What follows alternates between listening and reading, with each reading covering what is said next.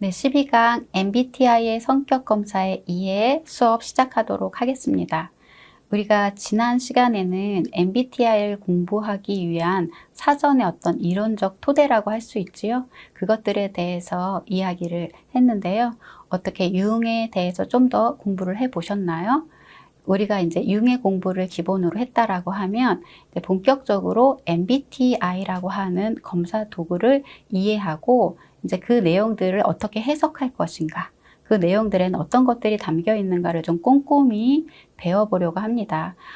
지난 시간에 TCI를 우리가 다뤘다라고 하면 TCI를 검사하고 그것을 해석할 수 있게 된 것처럼 이번 시간들은 MBTI 검사라고 하는 도구를 좀 더 자세히 이해하고 이것들을 어떻게 우리가 사용하고 활용할 수 있을 것인가에 대한 기본적인 과정들을 알고 있는 것은 심리 분석자로서 내지는 나중에 평가를 하는 심리 검사자로서 매우 중요한 부분이라고 생각을 하기 때문에 오늘 시간들을 통해서 그동안에 이제 인터넷으로만 접했던 어떻게 보면 MBTI, 쉽게 검사를 할 수 있었던 MBTI가 정말 MBTI일까 다시 한번 고민하게 돼 보실 수도 있어요.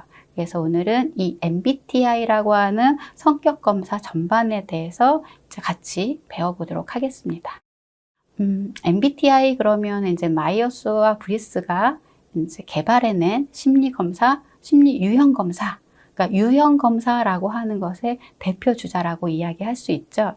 MBTI가 보편적으로 사용하고 있고 좀 대부분의 사람들이 쉽게 접하는 이유는 아마 마이어스와 브리스가 개발해낸, 그러니까 개발하고자 했던 그 목적에 부합하는 것은 아닐까 요즘 그렇게 생각합니다.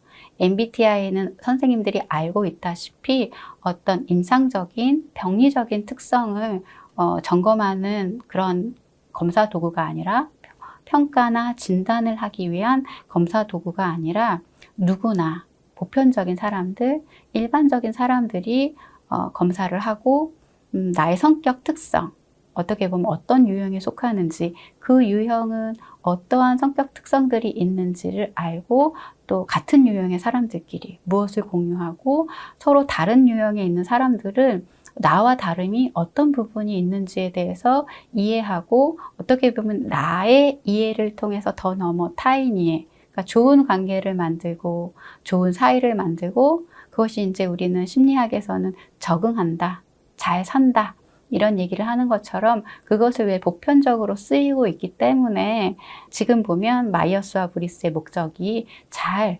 이루어지는 것처럼 보입니다. 그러면 이러한 이제 MBTI 검사는 지난 시간에 얘기했던 것처럼 융의 심리 유형론을 기반으로 하고 있다라고 하는 것들에 있어서 마이어스와 브리스 같은 경우에는 심리학자들은 아니고요. 어떻게 보면 물리학을 전공했고 또 딸 같은 경우에는 문학을 전공했다라고 이야기를 하고 있는데요. 두 사람이 어떻게 심리학자들도 아닌데 이렇게 성격 검사 도구들을 개발하게 됐을까라는 생각들을 하게 되는데요. 마이어스와 브리스가 항상 궁금해했던 거는 융이 궁금해하고 우리들이 궁금해했던 것처럼 사람들은 왜 서로 다를까? 같은 상황에서도 왜 다르게 얘기하고 같은 상황인데도 왜 다르게 반응할까? 그래서 서로 왜 갈등이 생기고 서로 이해하지 못할까? 이런 고민에서 시작을 됐고 그 시작된 고민이 이제 마이어스라고 하는 캐서린 브릭스라고 하는 분이 엄마이고요. 그 다음에 이사벨 마이어스가 딸인데요. 캐서린이 그것에 대한 고민이 좀 더 많이 있었고 그것들을 연구하다 보니까 융의 심리 유형론이라는 어떤 이론적 배경들을 만나게 됐고 이것이면 이 유형론이면 내가 궁금해하고 어떻게 보면 관계 안에서 서로 좀 사이좋게 서로를 이해하고자 하는 나의 마음이 좀 전달될 수 있겠다라고 해서 이러한 심리 유형론을 기반으로 해서 이제 검사 도구를 개발하게 됐고 이제 이 검사를 개발하고 있는 과정에 캐서린 혼자 이것을 다 마무리한 거는 아니고요. 이사벨 딸이 이 검사 과정을 같이 도우면서 지금의 MBTI 성격 검사들을 만들게 되었다라고 볼 수 있을 것 같습니다. 어떻게 보면 평범한 그냥 궁금증을 갖고 있었던 그의 궁금증에서 시작돼서 지금 우리가 이렇게 많은 사람들이 전 세계적으로 간단하면서도 어떻게 보면 자기 이해에 도움을 받고 타인을 이해하는 거에 도움을 받을 수 있는 이러한 검사들이 탄생했다라고 하는 그 과정들이 신기하기도 하고, 뭔가 생각만 하면 되는 것이 아니라 움직여야 되는구나, 이런 마음들을 들게 하는 모녀라고 볼 수 있습니다.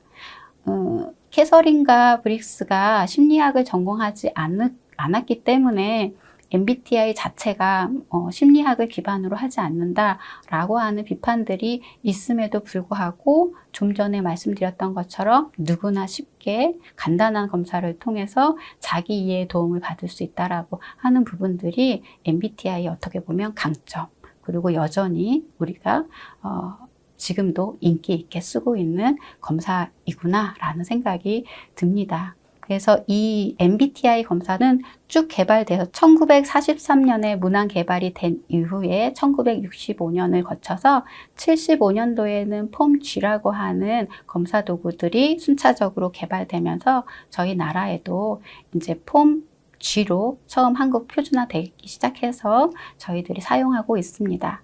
한국 MBTI 같은 경우에는 우리나라의 심혜숙과 김정태 교수라고 하는 두 분이 미국의 CPP의 정식 허가를 받고 표준화 작업을 거쳐서 지금의 우리가 사용하고 있는 MBTI 검사 도구가 된 거고요. 처음 1980년도부터 90년도 그 사이에 한국판 표준화를 하기 위한 작업을 거쳐서 처음에는 폼G라고 하는 것이 보편화되기 시작했고, 지금은 폼M과 폼Q 표준화 작업을 마쳐서 사용되고 있다는 것을 알고 계시면 좋을 것 같습니다. 어떻게 보면 지금 우리가 이제 MBTI 검사를 하겠다라고 하면 많은 폼의 유형들이 있다가 지금은 폼M이 보편화돼서 누구에게나 사용되고 있는 검사가 바로 폼M. 그러니까 만약에 우리 수강생들이 검사를 하고 내지는 검사지를 구매하겠다라고 하면 폼M을 사용한다라고 생각을 하시면 될 것 같은데요. 폼M이 93문항으로 구성되어 있고 4개의 지표, 이 검사를 하게 되면 지금 우리가 얘기하는 어떤 유형이야, 당신은 뭐 ISTJ야, 이런 것처럼 4개의 지표를 통한 결과를 받아볼 수 있는 게 폼M 양식이다, 이렇게 생각하시면 되고, 그럼 폼Q는 무엇이냐라고 이제 궁금해 하실 텐데요. 사실 폼Q는 막 보편화돼서 폼M처럼 사용되어지지는 않고요. 전문가에 의해서 이제 해석이 되거나 어떤 결과들을 받아볼 수 있는데요. 이거는 문항이 조금 더 많이 있고, 하위 영역이라고 해가지고 각각의 4개의 지표 이하에 있는 또 소항목들이 있어요. 그래서 외향형이다, 내향형이다 이렇게 얘기할 때 위에 폼M은 4개의 유형 안에서만 정해지지만 폼Q 같은 경우에는 외향형일 때 각 나타내는 하위 항목에 어떤 문항들이 해당되는지에 따라서 외향형이 볼 수 있는 모습들을 전부 다 가진 것은 아니고, 그 하위 항목에 따라서 어떤 거는 외향형인데 내향형에 가까운 소항목이 있고, 어떤 항목은 내향형인데 외향형에 가까운 항목들이 이렇게 분포도로 보이기 때문에 폼Q는 좀 더 세분화돼서 어떻게 보면 질적으로 좀 더 자세하게 나와 있는 문항지다라고 생각을 하시면 될 것 같아요. 폼Q는 이제 전문가한테 의뢰를 하시거나 하면 검사를 하실 수 있다, 이렇게 생각을 하시면 될 것 같습니다. 그래서 우리나라에서는 폼M이 표준화돼서 사용되어지고 있는데요. 우리가 이제 검사자로서 윤리 문제를 조금 더 고민해 본다라고 하면, 지금 유행하고 있는 MBTI 검사를 내가 뭐 인터넷에서 무료로 했다라고 하신다라고 하면 정식 MBTI는 아니다라고 생각하셔도 거의 문제가 없을 것 같은 것이요. 우리 지금 말하는 MBTI 검사는 판매처가 정해져 있고요. 비용을 지불해야지만 검사를 할 수 있는 것들로 정해져 있습니다. 그래서 이 MBTI를 개발하고 보급화시키는 이 한국 MBTI 연구소에서는 이 MBTI 검사를 굉장히 좀 가치롭게 누군가를 이해하고 또 특히 나는 왜 이럴까라고 하는 거에 있어서 조금이나마 도움이 되기 위한 그런 가치들로 지금 이거를 보급화하고 교육도 하고 어떤 강사들을 양성하고 이런 과정들을 거치고 있거든요. 그래서 그쪽에서 이야기하는 MBTI의 특징을 조금 더 보고 그쪽에서 이야기하는 내용들을 좀 살펴본다라고 하면 MBTI 검사는 이제 융의 이론을 실용화한 것이다. 우리 지금까지 이야기를 했죠. 이 부분들이 MBTI에서 말하는 중요한 특징 중에 하나이고요. 또 MBTI는 이분법에 속한다라고 하는 특징이 있습니다. 유형이라는 것을 우리가 이해할 때 검사를 하고 나면 16가지 유형 중에 어디 하나에 들어가게 되는 거죠. 어디 걸쳐 있는 게 아니라 그렇기 때문에 이거다 아니다. 이 유형이다 저 유형이다 라고 하는 이분법에 속한다라는 특징이 있습니다. 또 MBTI는 2가지 태도와 4가지 정신기능, 심리기능이라고 우리가 이야기를 했었죠. 그것들로 제작이 되었다라고 하는 특징이 또 있고 MBTI는 총 16가지 유형으로 성격을 구분한다. 이 부분은 우리가 이제 후반기에 수강 하실 때 계속적으로 자세히 다룰 거기 때문에 총 16가지의 유형으로 구분된다라고 하는 것들을 이제 우리가 기억을 하면 MBTI 검사의 주된 특징으로 이해하실 수 있을 겁니다.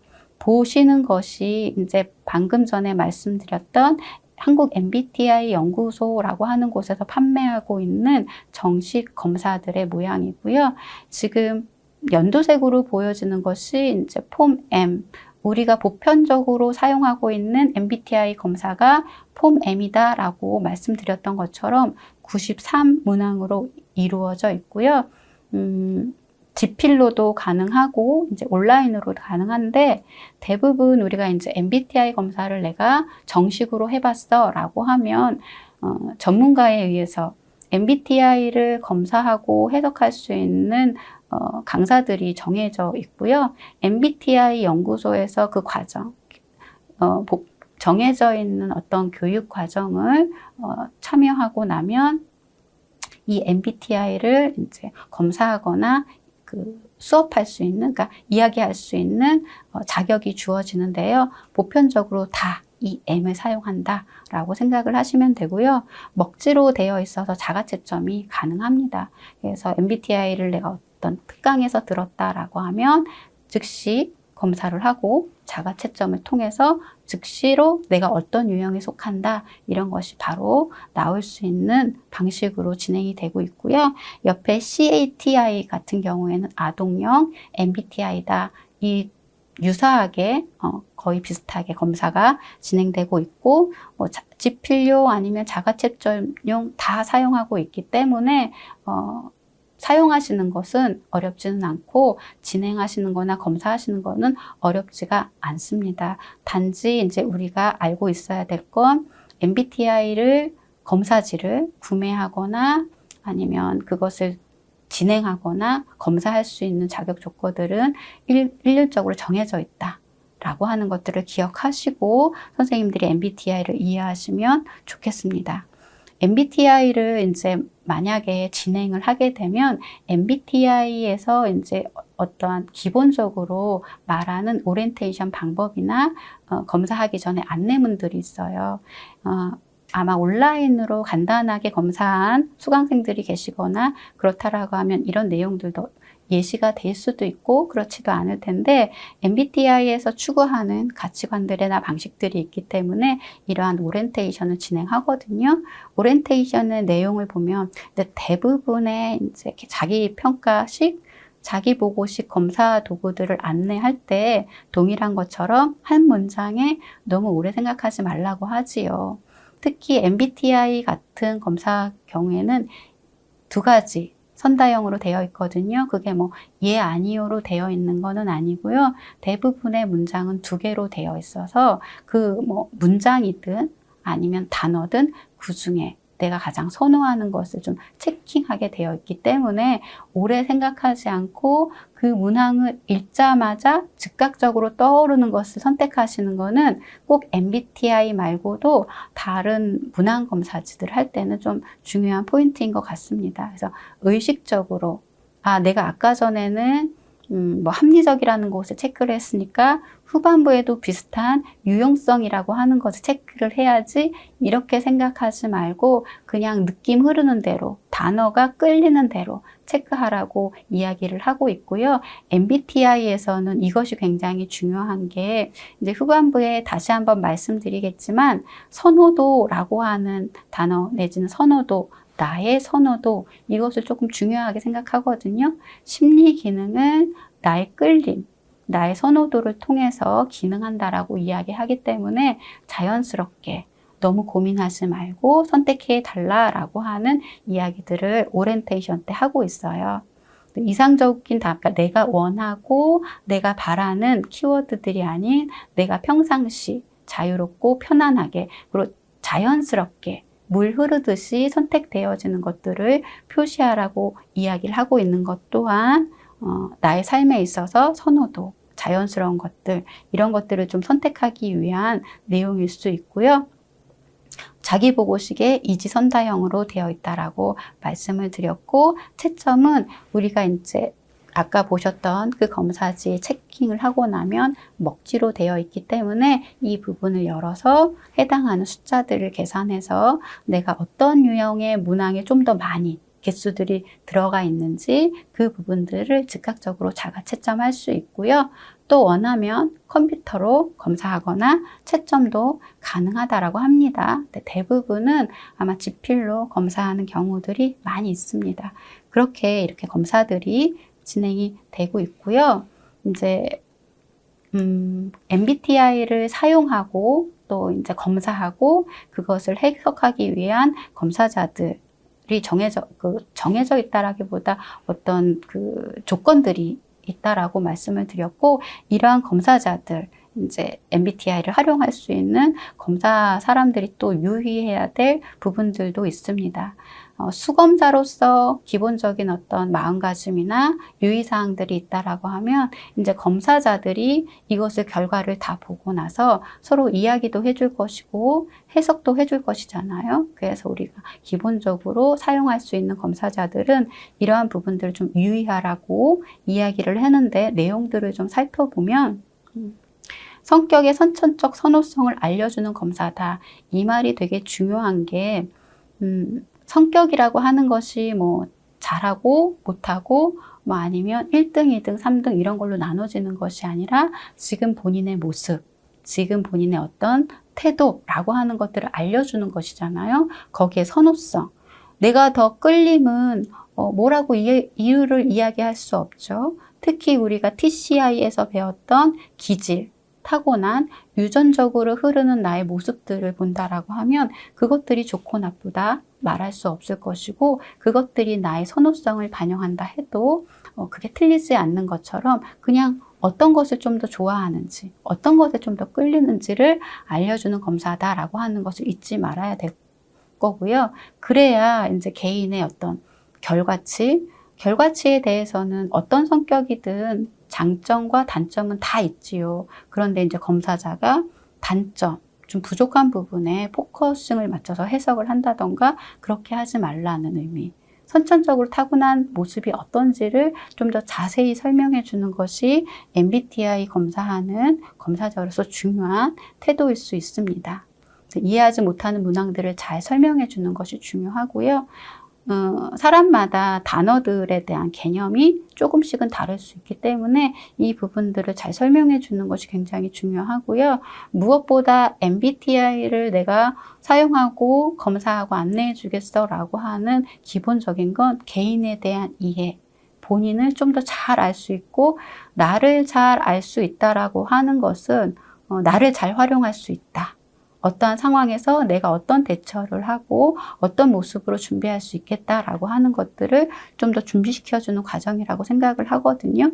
그런 부분들을 잘 유의하고 이 검사자 유의사항을 이해한 다음에 진행한다라고 하면 수검자에게 굉장히 도움이 될 수 있을 것입니다. 그렇기 때문에 혹시 MBTI를 이제 검사할 수 있는 어떤 자격 조건을 갖추고 있다라고 하거나 혹시 그것을 해석할 수 있는 상황이 된다라고 하면 이러한 유의사항들을 우리가 놓치지 않는 것도 중요하고요. 꼭 활용하지 않다 하더라도 우리가 이 시간들을 통해서 MBTI가 어떤 것을 어떤 가치관을 갖고 어떤 목표가 있는지 이 내용들을 통해서도 우리가 잘 볼 수 있을 것입니다. 특히 이 MBTI 검사는 보편적인 검사고, 그러니까 정상인이라고 얘기하는 정신증 내지는 어떤 그런 진단을 받은 대상자들이 아닌 일반인들한테 사용하는 검사이기 때문에요. 정신장애가 있는 대상자들한테는 부적합하다라고 하는 것들 중요하게 알고 계셔야 될 것 같고요. 중3 이상이면 이제 이 성인용 폼 M 같은 경우에는 성인용이기 때문에 보편적으로 중3 이상의 학력이 필요하다라고 이야기를 하고 있는데요. 어린이용은 별도로 있으니까 해당하는 연령을 좀 사용하시면 좋고, 보통 성인들은 폼 M을 사용하셔서 실시하신 다음에 그래야 이제 그 문항을 선택할 때 이해도에 맞게 선택할 수 있기 때문에 이러한 부분들을 우리 이제 사용하시는 분들께서는 잘 알고 계시는 게 중요할 것 같습니다. 특히 이제 MBTI 목적, 어떻게 보면 특징 내지는 뭐 오리엔테이션에서 얘기했던 것처럼 선호도, 그다음 자신을 이해하는 것, 그것에 이제 검사의 목적이 있다라고 하면 방금 전에 말씀드렸던 걸 정리하면 이런 내용들이겠죠. MBTI는 맞고 틀린 답이 없고 모든 유형은 가치롭다. 어떤 유형은 이렇고 어떤 유형은 저렇고가 아니라 본인이 어떤 유형에 속한다라고 결정이 되면, 이제 결과가 나오면 그것이 갖고 있는 그 유형들의 특징들, 그 모든 것들이 내가 일상을 적응하기 위해서 만들어낸 나의 모습들이다. 우리의 모든 모습들은 그렇잖아요. 성격에서 우리가 이야기했던 것처럼 지금의 어떤 모습들로, 어떤 성격 특성들로 우리가 삶을 살고 있느냐는 우리가 일상에서 적응하기 위한 방법들로 우리를 만들어 놓고 적응시킨 것이기 때문에 다 가치롭다라고 할 수 있겠죠. 다만 그것에 오류가 생기고 어려움이 생긴다라고 하는 것이 어떻게 보면 성격적인 특성들이나 아니면 다른 상황적인 여러 요인들 때문에 우리 성격 특성이 그렇게 만들어졌다라고 하면 그것을 알아차리고 좀 더 적응하기 좋게, 좀 더 관계 안에서 갈등이나 어려움이 없게 좀 더 수정해 가고 변화시키 가도록 노력하는 것이 더 필요하겠죠. 그렇기 때문에 모든 유형은 가치롭다라고 하는 기본 가치관이 있고요. 이 MBTI가 측정하려고 하는 것은 어떤 이제 개인차에 대한 것이다. 서로 다름에 대한 것이다. 각각 그 유형들은 다를 수밖에 없다. 심리 기능이 4가지 있긴 하지만 태도가 다르고 내가 방향성이 다르기 때문에 다를 수밖에 없지요. 이 개인차를 이해하는 것이 검사의 주된 목적이기도 하면서 효율적으로 능률을 발휘할 수 있도록 하는 것이 중요하다라고 말씀드리는 게, 나를 안다는 것, 나의 사용법을 안다라는 것이 매우 중요하다 말씀드렸지요. 우리가 초반에 심리 검사, 심리 평가에서 이제 목적을 얘기했을 때도 이와 유사한 내용이 있었어요. 자기를 이해하고 자기의 자아 강도, 자신의 어떤 심리적인 자원, 심리 검사를 통해서 그것을 확인하는 것도 굉장히 중요한 목적이다라고 말씀드렸던 거 기억하시죠? 여기도 마찬가지지요. 모든 검사들은 그 검사들이 가치를 추구하는 바가 있고 그 안에 중요한 것은 결과적으로 개인의 이해다. 라고 하는 것들을 우리가 또 MBTI 검사를 통해서도 좀 더 확인하고 이해할 수 있으면 좋겠다라고 하는 말씀을 드릴 수 있습니다. 이제 이 심리 선호도라고 하는 것을 제가 잠깐 언급해 드리고 싶어서 이번 강의에 이제 드렸는데요.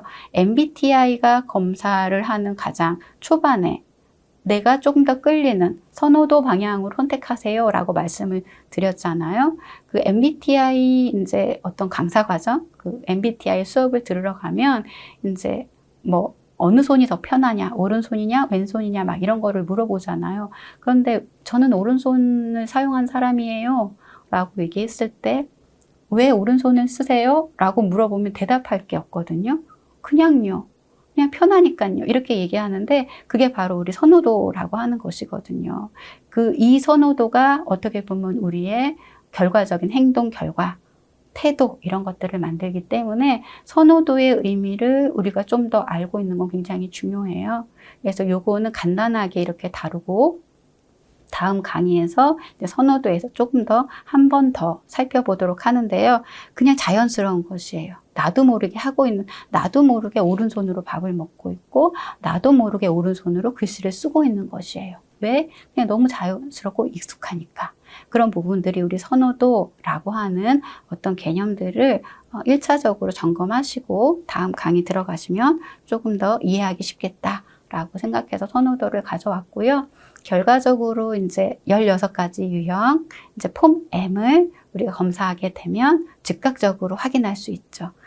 I의 점수가 몇 점이고 E의 점수가 몇 점이기 때문에 나는 이 유형이야. 이런 것들을 자가 채점을 통해서 이제 우리가 확인할 수 있는데 그렇게 나눠진 16가지의 유형들이 이렇게 있고요.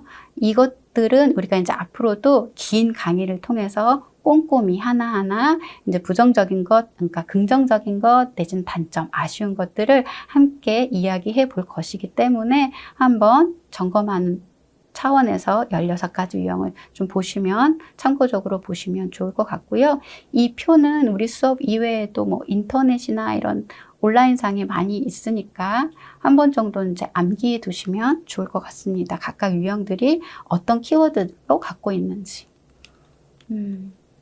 그래서 결국 MBTI는 활용하게 되면 교육 장면, 당연히 성격 특성이 무엇을 갖고 어떤 유형으로 갖고 있는지, 주의력이 좋은지 아니면 집중력이 좀 짧은지 이런 부분들 그 특성에 맞게 한다라고 하면 특성에 맞는 교육이나 지도 이런 것들이 훨씬 가능할 것 같고요. MBTI를 왜 해?